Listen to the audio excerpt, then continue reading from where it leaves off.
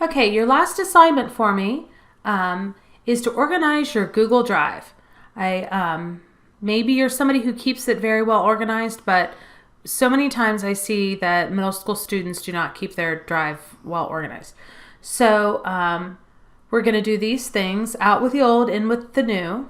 So steps 1 and steps 2, how to keep your Google Drive tidy, and how to turn in this assignment. So out with the old. So let's go to my Google Drive, and it's a mess. What I want you to do, you'll see all these files here, and I'm sure you have some files like that too. All of these files were for whatever grade you're in before. So if you're a 6th grader, you can just mark a folder that says 6th grade and before, especially if you've never organized. So I'm going to come over to, let me do that again. I'm going to come over to new, and I'm going to click folder. And you can name it anything. If you're an 8th grader, you might do middle school, because next year you'll be a freshman, hopefully. Middle school and before. Or you can go through and do it by 8th grade, 7th grade, 6th grade, whichever. I'm just telling you can put it all in one folder if you'd like. So I'm going to click create. And there's my folder. And I'm going to select, I'm going to click on the first one, and I'm going to hold the shift down, and I'm going to then use my arrow key to get them all. So I'm holding the shift key down and I'm clicking the arrow key. And this will take a very long time. Okay, so I'm just dragging the files into the middle school and before.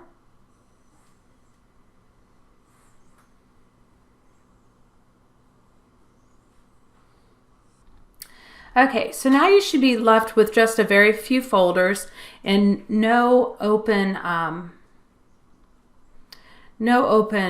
files that are just hanging out here. You should only have folders. And you're welcome to name them other things. I'm just trying to help you get organized.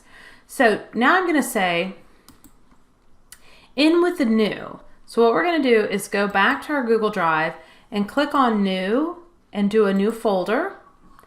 And let's name this one whatever grade you're going to be in next year.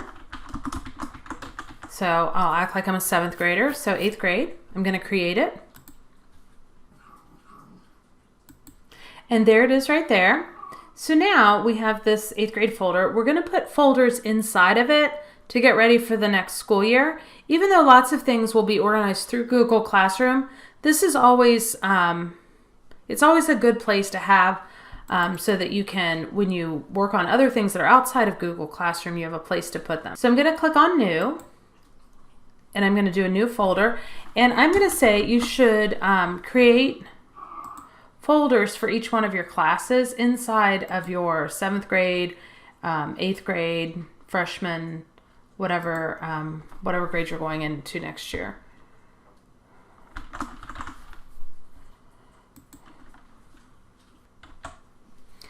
Okay, so here I have quite a few folders. I put the specials or electives all in one folder because you'll find out what ones you're in for next year later. And these look pretty good. They're inside my 8th grade folder, but I want you to color code them. And what I'm going to do is I'm going to alt click or 2-finger click or right click on the file itself. I'm going to go down to change color, and I'm going to ask that you just make these different colors. Any colors you'd like. Maybe science always reminds you of blue.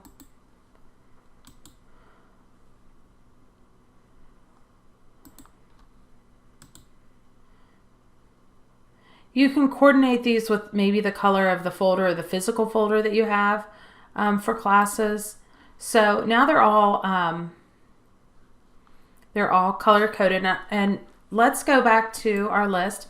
It says how to keep your Google Drive tidy. When you go to do something, so like let's say your English teacher asks you to create a document.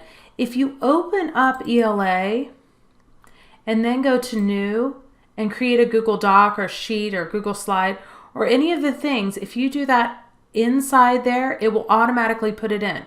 However, you can also just drag it in But I do encourage you to keep your drive neat. There's something else that I wanted to show you.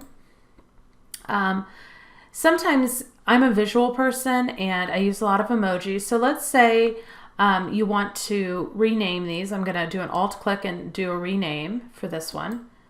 And I'm going to go to something called Emojipedia, and I'm going to go down to Music Note because, of course, that's the special that I would take.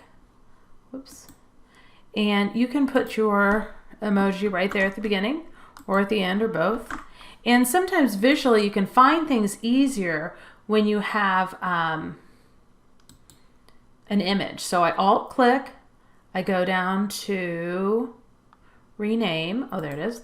And maybe for math, I'll just put in math and let's see what I get. An abacus, a plus, a minus. I think I'm going to take the plus here. And, well, actually,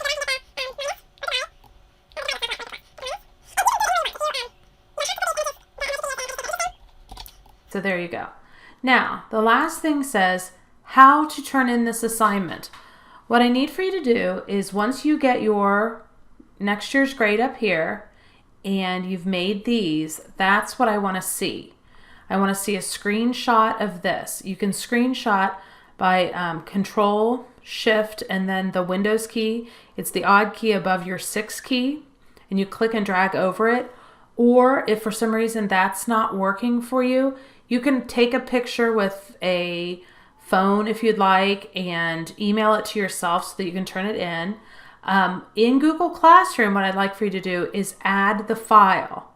Okay, so what you'll do, this is my niece's reading page, but it will look the same. You'll go over here and for your work, add or create, you can just go down to add and add a file and add the image. If you have trouble with that, you can always go to add and add a doc and create that. So you just open the document and then go to insert and insert the image. But you really don't need to do that. You can just add the file and click turn in and you are done. If you have any troubles, please email me and good luck.